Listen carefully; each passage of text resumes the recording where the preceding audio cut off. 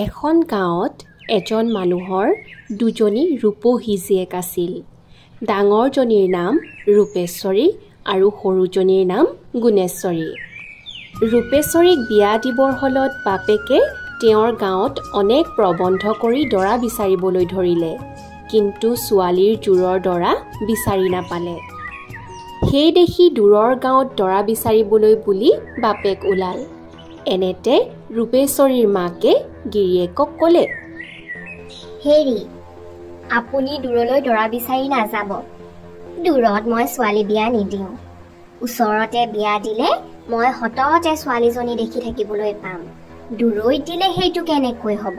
গিৰিয়েকে ঘৈণীয়েকৰ কথা এৰাব নোৱাৰি ওচৰৰে ডেকা ল'ৰা এটাৰ সৈতে জীয়েক ৰূপেশ্বৰীৰ বিয়া দিলে। ৰূপেশ্বৰীৰ গিৰিয়েক কুকুৰীকণা আছিল, কিন্তু সেই কথা সি লুকুৱাই ৰাখিছিল। সেই দেখি গাঁৱৰ আন আন মানুহে আৰু তাৰ শাহুৱেক শহুৰেকে সেই কথা নাজানিছিল। জোঁৱায়েকে শহুৰেকৰ গৰু এটা খুজি আনি দিনচেৰেক হাল বাইছিল। এদিন শহুৰেকে জোঁৱায়েকক গৰুটো উভতাই খুজি পঠিয়ালে। সেইদিনা দৈব্যাত গৰুটো ঘৰলৈ উভতি অহাত সন্ধ্যা লাগিছিল। কুকুৰীকণা জোঁৱাইক মস্কিলত পৰিল। কেনেকৈ সি গৰুটো নি শহুৰেকৰ ঘৰত দিয়েগৈ। সি ভালেখিনি পৰ ভাবি চিন্তি থিৰ কৰিলে, গৰুটো শহুৰৰ ঘৰমুৱাকৈ এৰি দি তাৰ নেজত ধৰি মই গৈ থাকোঁ। তেনেহ'লে সি নিশ্চয় তাৰ চিনাকি ঘৰ ওলাবগৈ। সি তাকেই কৰিলত গৰুটো গৈ তাৰ আগৰ গোহালিত সোমালগৈ আৰু সিও তাৰ নেজত ধৰি গৈ সেইখিনি পালেগৈ। এনেতে শহুৰেকে জোঁৱাইকক দেখা পাই সুধিলে, সেয়া জোঁৱাই নহয়নে? আপুনি গৰুটো খুজি পঠিয়াইছিল দেখি আনি গোহালিত বান্ধিছোহি। তাৰ পিছতো জোঁৱাইক ওলাই নহা দেখি শহুৰেকে মাত লগালে, ওলাই আহা, তাত কি কৰিছা? হাত ভৰি ধুই বহি মেলি এমুঠি ভাতকে খোৱাহি, নোখোৱাকৈ নাযাবা আকৌ। এৰা, আপোনালোকৰ গোহালিত গৰু কেইটা আছে তাকে লেখিহে চাইছো এতিয়া।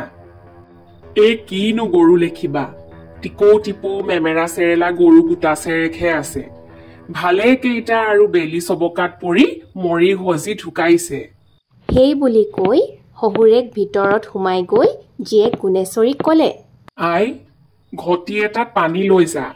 ভিনীহিয়েৰক মাতি আনি ভৰি ধুবলৈ পানী দি বহুৱাগৈ। সিফালে জোঁৱায়েকে গোহালিৰ পৰা ওলাই ঘৰলৈ উভতি যাবলৈ বাট খেপিয়াই ফুৰিছিল।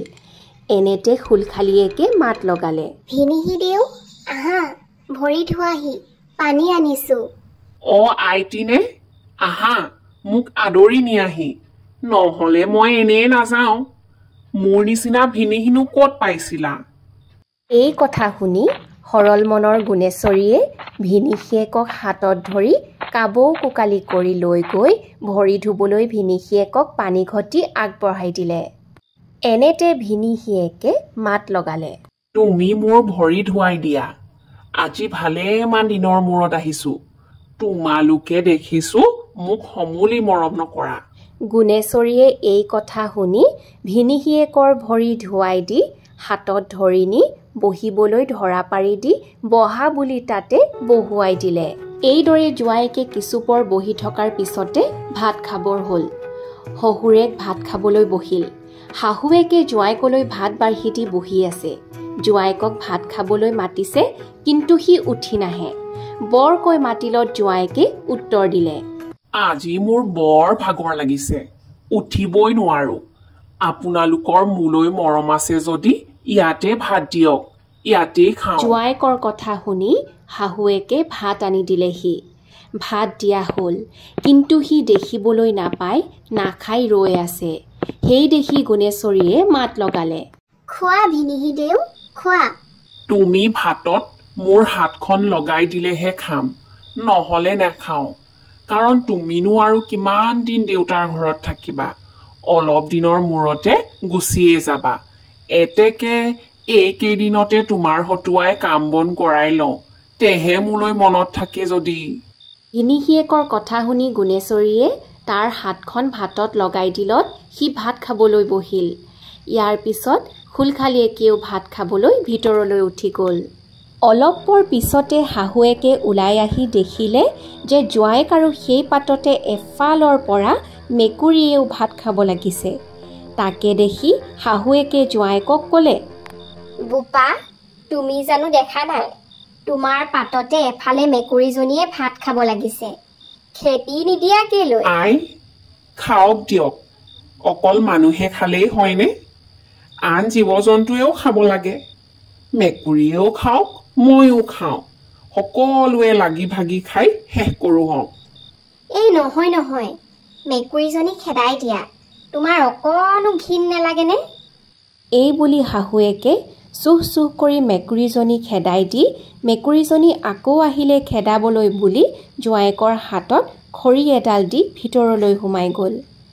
ভিতৰৰ পৰা আকৌ শাহুৱেকে ভজা মাছ আৰু চৰচৰীয়া আনি জোঁৱায়েকৰ পাতত দিওঁতে জোঁৱায়েকে ভাবিলে যে আকৌ মেকুৰীজনীয়েহে ভাত খাইছেহি। ইয়াকে ভাবি সি কাঠখৰিডালেৰে শাহুৱেকৰ হাতত মাৰ মাৰি দিলে। মাৰ খাই শাহুৱেক বহি পৰিল। উহকৈ শাহুৱেকে মাত লগালে, ভাল কৰিলা বোপা, তুমি মোৰ হাততে মাৰ মাৰি দিলা। তেতিয়া জোঁৱায়েকে সৰ্বনাশ কৰিলোঁ বুলি জানি শাহুৱেকৰ ভৰিত ধৰি ক'লে, আই, ভাত খাওঁতে খাওঁতে মোৰ টোপনি আহিছিল। মই সামাজিক দেখিছিলোঁ সেই মেকুৰীজনীয়ে আকৌ মোৰ পাতত ভাত খাইছিল বুলি।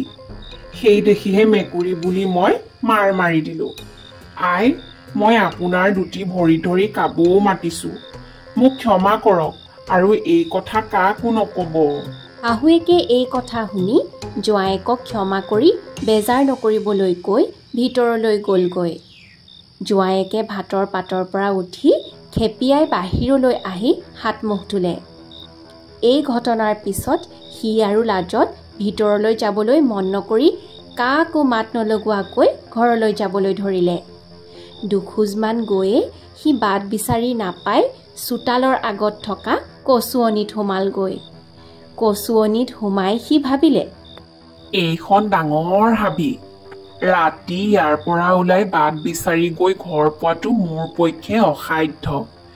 এতেকে আজি ৰাতিটোলৈ ইয়াতেই মনে মনে সোমাই থাকি ৰাতিপুৱালে কোনেও নেদেখাকৈ ঘৰলৈ যামগৈ। ইয়াকে ভাবি সি নিশ্চিন্ত মনে তাতে বহি থাকিল।